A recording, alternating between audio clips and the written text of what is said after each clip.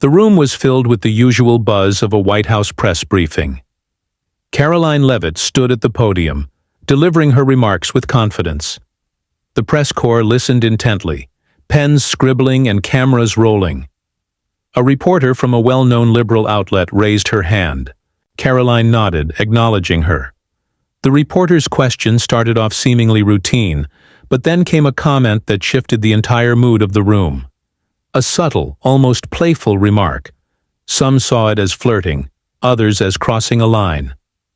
Karoline paused. A flicker of disbelief crossed her face. The room grew silent as she stared at the reporter, gathering her thoughts. Then she responded, not with a dismissive laugh or a casual brush-off, but with directness that sent a wave of tension through the briefing room.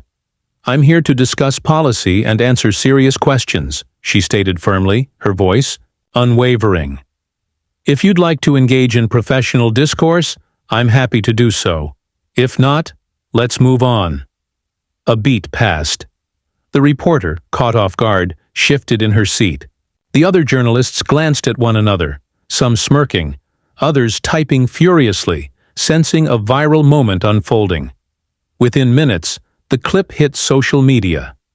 Reactions exploded, some praising Karoline for maintaining professionalism, others accusing her of overreacting.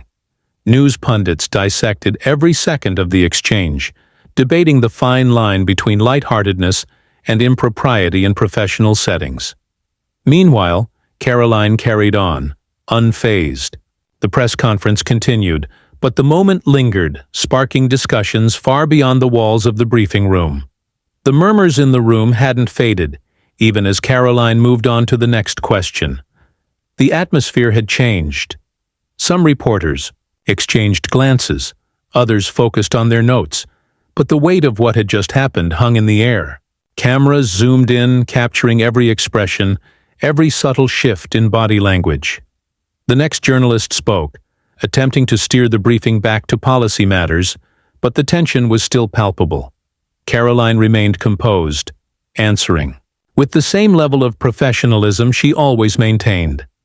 Yet even as she spoke, she could see from the corner of her eye that the reporter she had addressed was still flustered, perhaps unsure of whether to push back or let it go.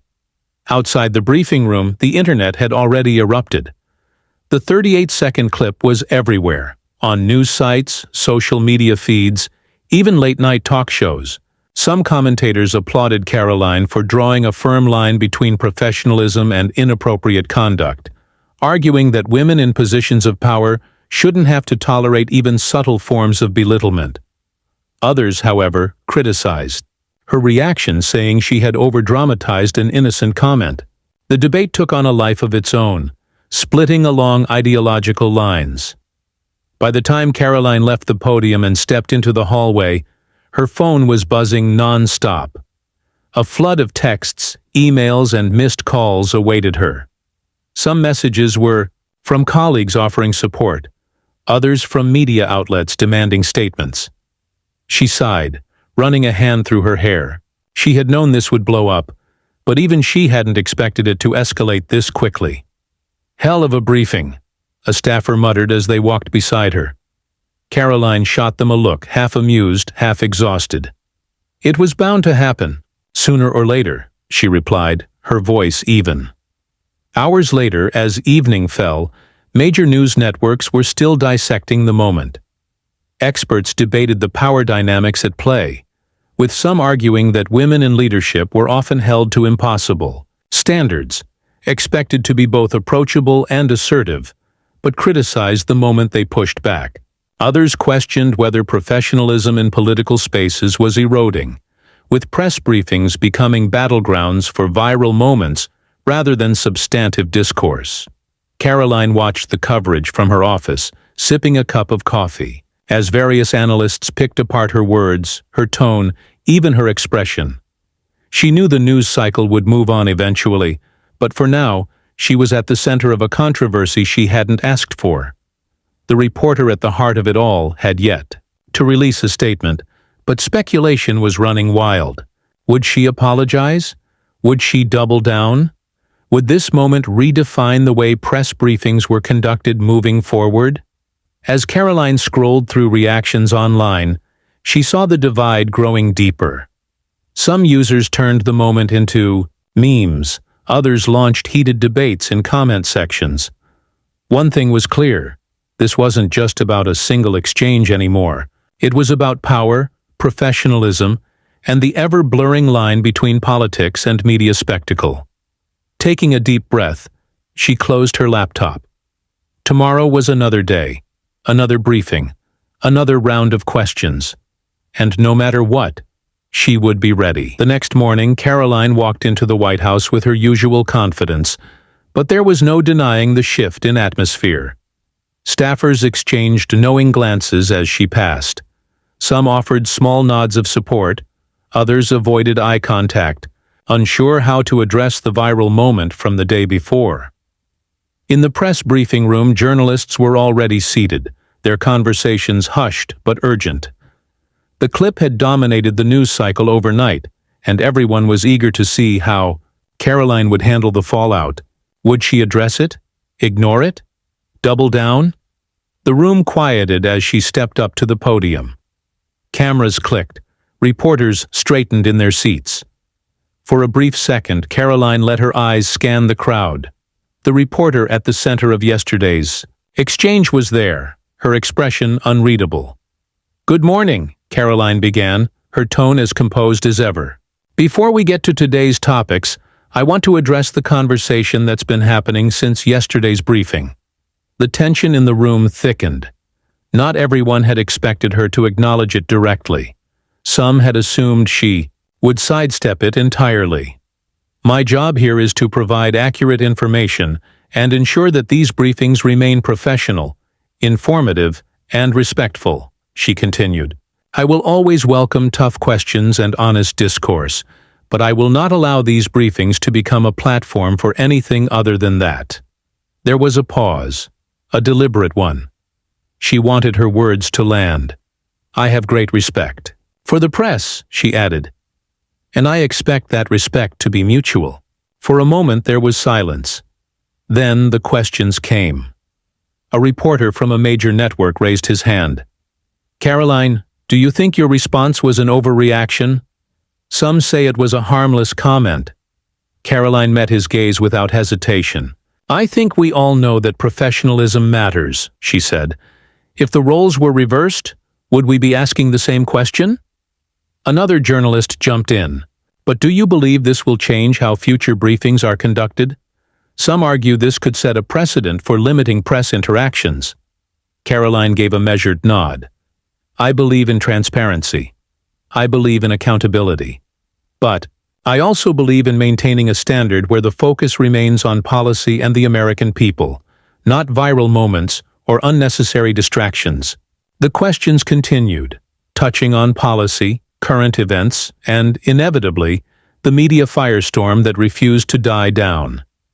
Karoline handled each with her usual precision, but she knew this wouldn't fade overnight. Outside the White House, debates raged on.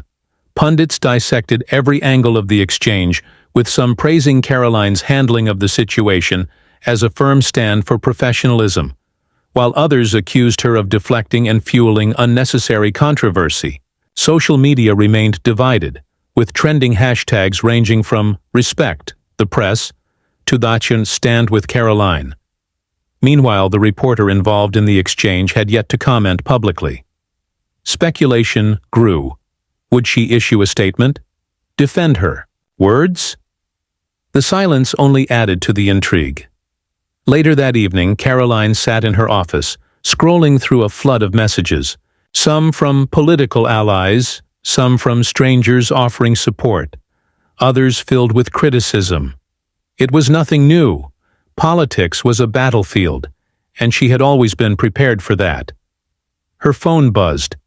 A text from a close friend in media. "You handled that well. But this isn't over." Karoline smirked, setting the phone down. She already knew that. The cycle would continue, new narratives would emerge, and tomorrow would bring another set of challenges. But one thing was clear. She wasn't backing down. Not now, not ever. As the night deepened, the White House press office was still buzzing. Staffers monitored cable news channels, tracking how different networks framed the briefing. Some praised Karoline for maintaining control, while others painted her as combative. The debate wasn't just about her response anymore. It had evolved into a broader conversation about media ethics, gender dynamics in press briefings, and the ever-blurring lines between journalism and political theater. Karoline remained in her office, reviewing policy notes for the next day, but her mind occasionally drifted back to the incident. She had no regrets about her response, but she understood the weight of the moment. Every move she made was scrutinized, analyzed, and repackaged to fit a narrative. That was the reality of her job.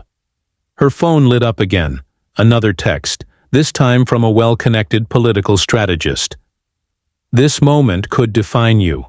Make sure it defines you on your terms. She leaned back in her chair, considering those words.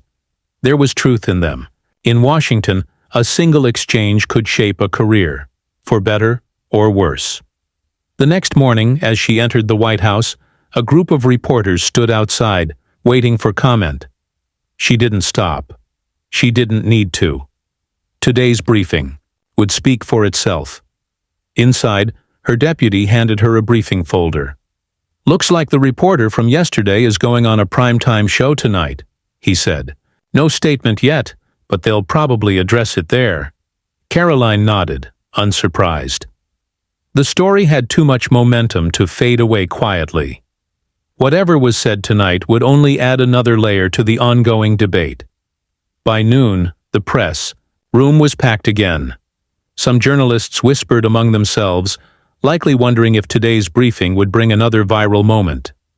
Karoline took her place at the podium and, without hesitation, launched into policy updates. She controlled the tempo, keeping the focus on substance rather than spectacle.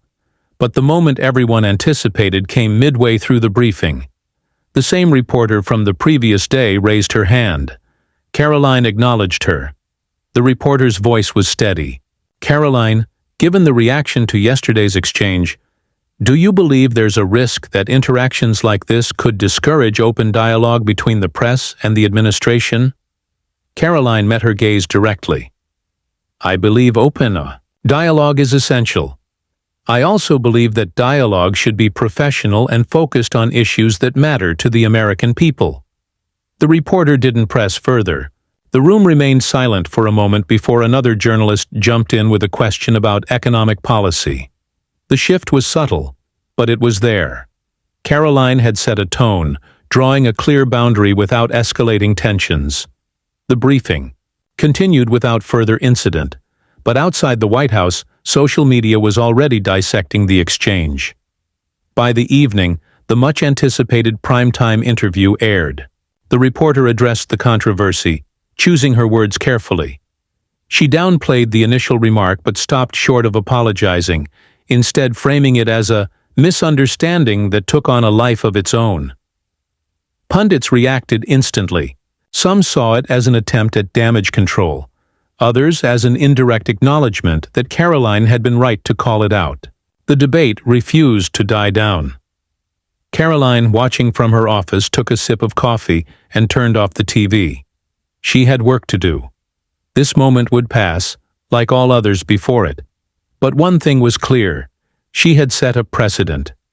The next time someone thought about blurring the lines between professionalism and spectacle in the briefing room, they'd think twice. And that, she knew, was a victory. As the days passed, the media firestorm continued to evolve.